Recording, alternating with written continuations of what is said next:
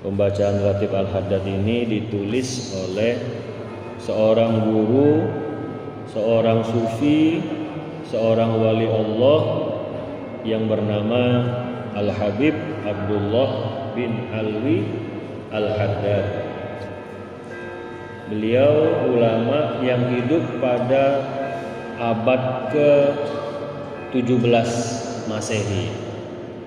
Jadi sekitar 1600 tahun ya. Tahun 1600-an lebih.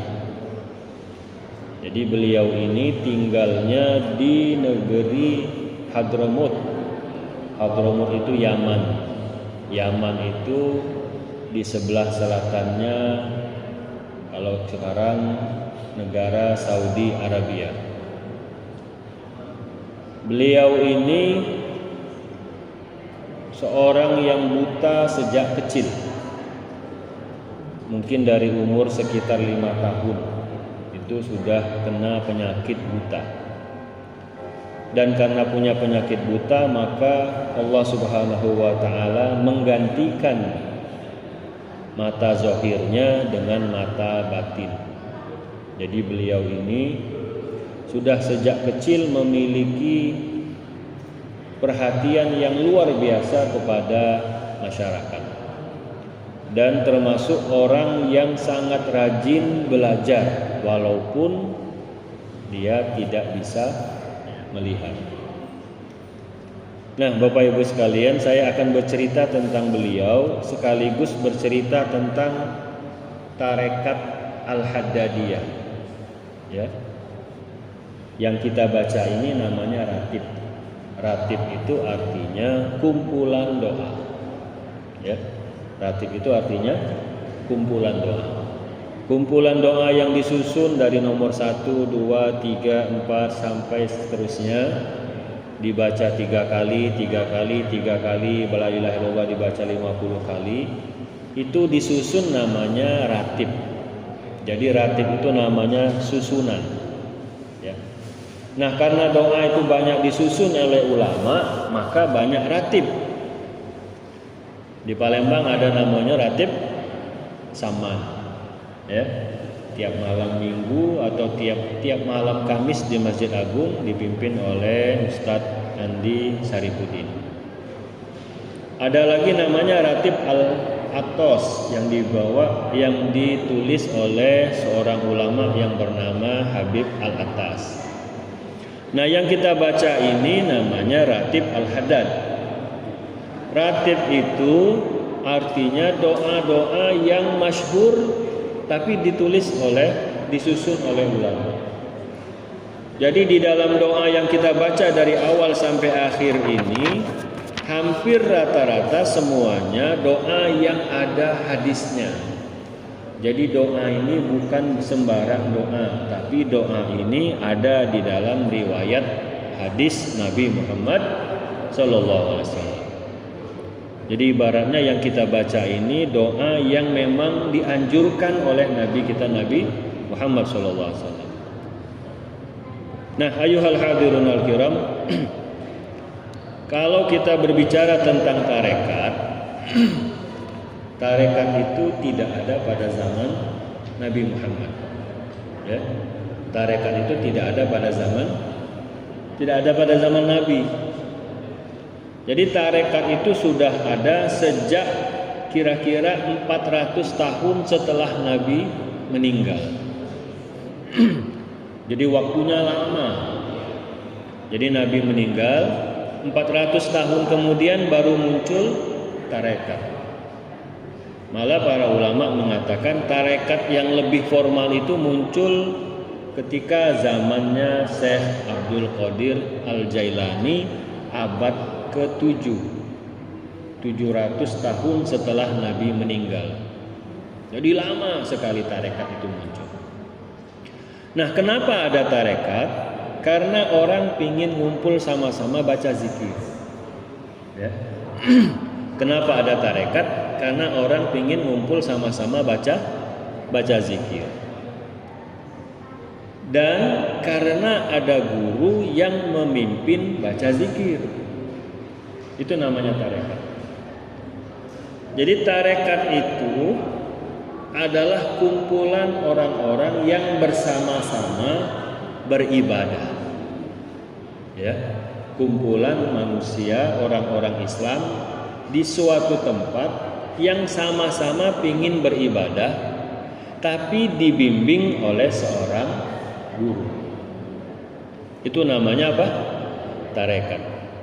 Apa arti tarekat? Tarekat itu artinya metode. Tarekat itu artinya metode. Mengapa disebut metode?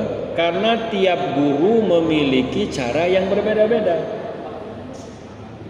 Tiap ustadz itu punya cara yang berbeda. Tiap guru itu punya cara yang berbeda. Apanya yang berbeda? Yang berbeda itu adalah apa yang dia lakukan di dalam pembacaan doa-doanya. Apa yang berbeda? Yang berbeda itu tekniknya. Yang berbeda itu metodenya. Kalau guru ini maunya habis maghrib, ada lagi seorang syekh, seorang guru maunya habis isya. Ada lagi yang gurunya mengatakan kita harus sholat taubat dulu, ada yang mengatakan boleh langsung baca doa. Ada yang baca doanya baca zikir sampai 12.000 kali, ada yang cukup mengatakan kita baca zikir cuma sekedar 100 kali atau 300 kali. Metode ini namanya tarekat. Nah, ayuhal hadirun al-kiram, di Palembang itu banyak tarekat. Ada tarekat Qadiriyah, Naksabandiyah. Ada tarekat Samaniyah.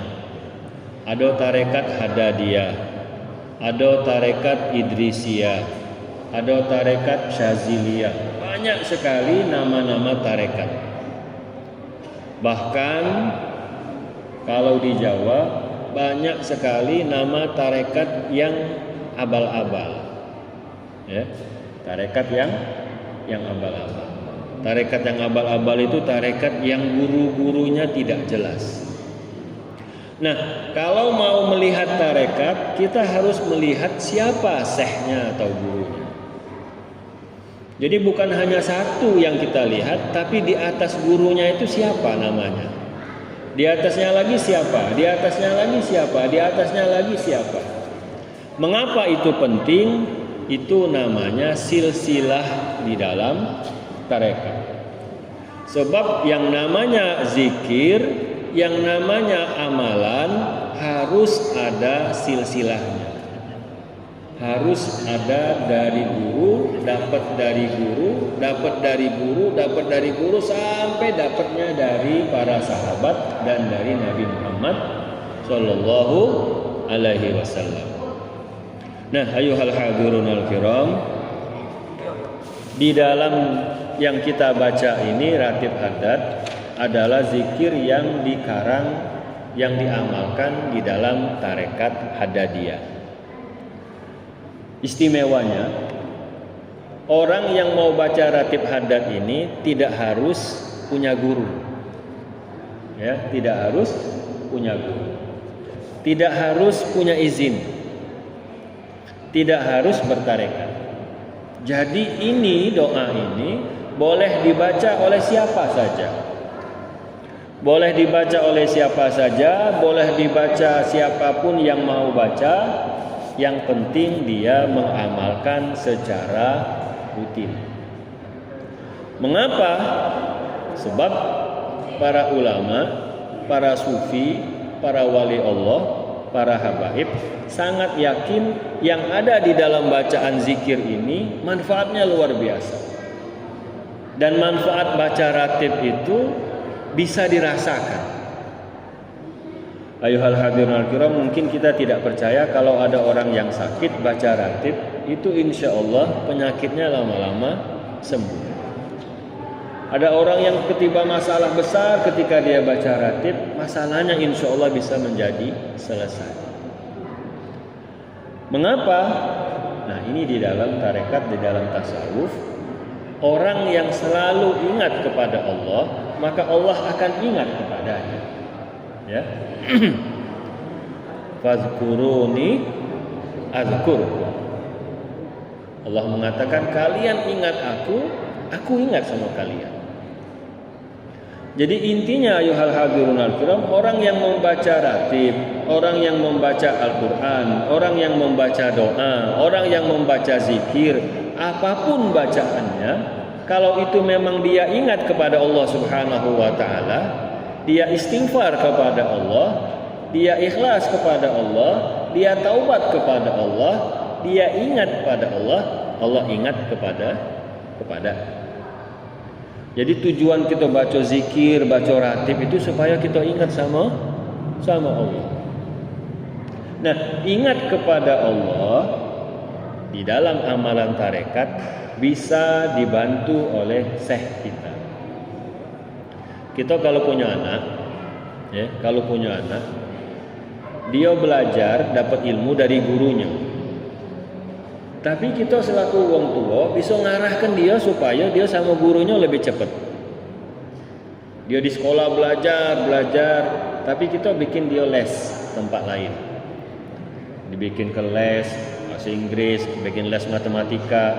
Dengan les ini dia nambah lagi pelajarannya. Nah, dengan bertarekat amalan kita bertambah. Bertambah. Kedekatan kita bertambah. Kita dekat kepada Allah karena ada yang menyemangati kita.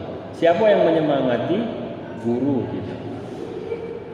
Kalau kita dewek dekat kepada Allah bisa. Tapi kita ini punya nafsu. Nafsu kita ini kadang-kadang bagus, kadang-kadang tidak bagus. Kita nak baca ini lesu. Jangankan baca ratib, baca Quran di bulan Ramadan baik kita lesu. Wong lain 1 juz, 2 juz, 3 juz, kita 1 lembar belum. Padahal sudah puasa ke hari keempat, hari kelima. Nah, jingok uang semangat galau, kita tiba-tiba kita melok semangat itu. Nah, seorang syekh, seorang guru harus bisa memberikan semangat kepada muridnya supaya dia belajar, supaya dia beramal. Tapi beramal yang baik adalah beramal yang sesuai dengan sunnah Nabi Muhammad sallallahu alaihi wasallam. Nah, ayuhal hadirun, yang kita baca di ratib ini doanya sudah ada riwayat hadisnya kalau. Rabbana ighfir lana wa Rabbana ighfir lana wa tub alaina innaka antat tawwabur rahim, itu ada hadisnya dan ada riwayatnya. Astaghfirullah rabbal baraya, astaghfirullah minal khotoya, itu ada riwayatnya.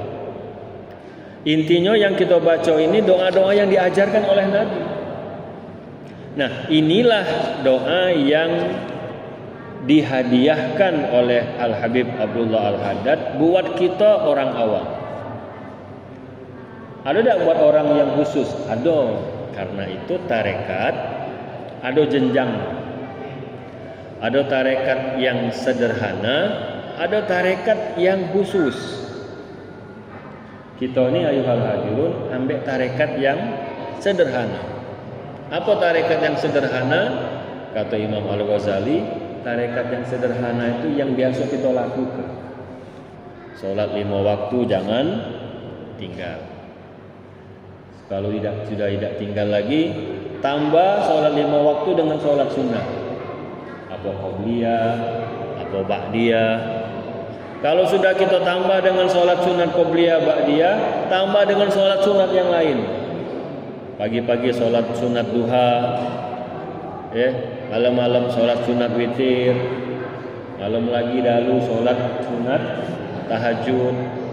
Ditambah lagi dengan puasa hari Senin, puasa hari Kamis. Ditambah lagi dengan amalan-amalan yang lain, baca ratib, baca zikir, baca Quran dan sebagainya. Itulah tarekat yang sangat sederhana. Jadi semua orang itu sebenarnya bertarekat. Semua orang sebenarnya bertarekat. Tapi tarekat dalam arti yang sangat sederhana, dia berjalan menuju ridho Allah Subhanahu wa ta'ala. Jadi Bapak Ibu sekalian, kalau kita jingok arti tarekat itu artinya jalan. Saya mau tanya, kalau kita dari sini ke Pasar 16 jalannya lewat mana? Lewat jalan banyak kan? lewat jalan besar Pak Limo, kemudian lewat cerita terus sampai Pasar 16. Ada yang sekalian mampir, dia mampir ke Polda dulu, lewat sana. Ada yang dah galak berjalan, di rumah baik. Ada yang lewat kiri, ada lewat kanan. Ada yang terbang, ada yang lari, ada yang berjalan dan sebagainya. Jadi tarekat itu kalau kita lihat itu adalah jalan kecil. Jalan besarnya namanya syariat. Jalan besarnya adalah syariat. Tarekat bisa berbeda, tapi syariat harus sama. Apa syariat? Syariat itulah yang disebut dengan prinsip-prinsip ajaran Islam, rukun iman dan rukun Islam. Harus sama. Tapi ketika kita beramal itu tidak bisa sama. Kenapa? Karena wongnya beda-beda. Wong Palembang itu kalau beramal senengnya yang teriak-teriak. Apalagi ratib saman zaman dulu. Sampai semangatnya dia macam kelihatan bergerak terlalu berlebihan. Sampai dia ngentak-ngentak ke kaki kan. La ilaha illallah. Menyemangati dirinya. Kalau tarekat Naksabandiyah adem. Dulu di Indonesia berkembang di daerah Jawa Barat, Cianjur, Bogor, Bandung. Itu daerah yang dingin. Lesu dan duduk tanpa suara zikirnya. Zikirnya tanpa suara. Dia baca la ilaha illallah, diam. Kalau kita macam itu tidak baca, tidur berarti. Kalau di majelis ada orang baca zikir, diam, berarti dia. Kalau di Palembang harus semangat. Nah, di daerah-daerah perbatasan antara negara Islam dengan negara lain, zaman Nabi, zaman para sahabat dulu, zaman para ulama dulu, ada benteng. Jadi setiap kota itu ada benteng. Di benteng itulah orang-orang bertarekat Naksabandiyah, Qadiriyah supaya semangat. Kalau prajuritnya itu banyaklah diam, kalau berperang mungkin kalah. Tapi yang namanya jiwa prajurit ini harus disemangati. Nah, waktu perang antara Palembang melawan Belanda, ya, perang Menteng, itu orang-orang yang mengikuti tarekat Samaniyah memang dipacu untuk semangat dengan membaca zikir, berjihad fisabilillah. Nah, ayuhal hadirun al-kiram, tarekat Haddadiyah adalah tarekat yang diajarkan oleh Habib Abdullah Al-Haddad, terus sampai kepada para Habib-Habib, terus Habib-Habib sampai kepada Nabi Muhammad SAW. Dan tarekatnya sederhana, baca ratib. Yang paling penting adalah ketika kita beramal harus istiqomah. Apa arti istiqomah? Istiqomah itu jangan dipengaruhi apa. Jangan berhenti, tetap yakin istiqomah. Ada masalah kita baca, ada masalah kita baca. Ada duit kita baca, ada duit kita tetap baca. Dan istiqomah yang paling penting adalah istiqomah di dalam melaksanakan fardu lillahi ta'ala. Salat, puasa, bayar hutang, tepati janji, beramal, ikhlas dan sebagainya dan sebagainya. Nah, insyaallah ayuhal hadirun al-kiram, dengan membaca ratib, dengan baca zikir, insyaallah kita akan selalu bisa menjadi orang-orang yang dibantu untuk selalu semangat dan sabar di dalam menjalankan ibadah kita kepada Allah Subhanahu wa taala. Amin ya rabbal alamin. Wal afu minkum. Assalamualaikum warahmatullahi wabarakatuh. Bismillahirrahmanirrahim. Alhamdulillahirabbil alamin. Allahumma shalli wa sallim ala sayyidina Muhammad wa ala ali sayyidina Muhammad. Allahumma inna nas'aluka al-huda wa tuqa wa 'afwa wal ghina. Allahumma ighfir lana dhunubana warhamna warḍi 'anna wa taqabbal minna wa adkhilna al-jannata wa najjina minan nar. Ya Allah biha ya Allah biha ya Allah bi husnil khatimah. Rabbana atina fid dunya hasanah wa fil akhirati hasanah wa qina adzabannar. Wa sallallahu ala sayyidina Muhammadin wa alihi wa sahbihi wa sallam. Alhamdulillahirabbil alamin. Assalamualaikum warahmatullahi wabarakatuh.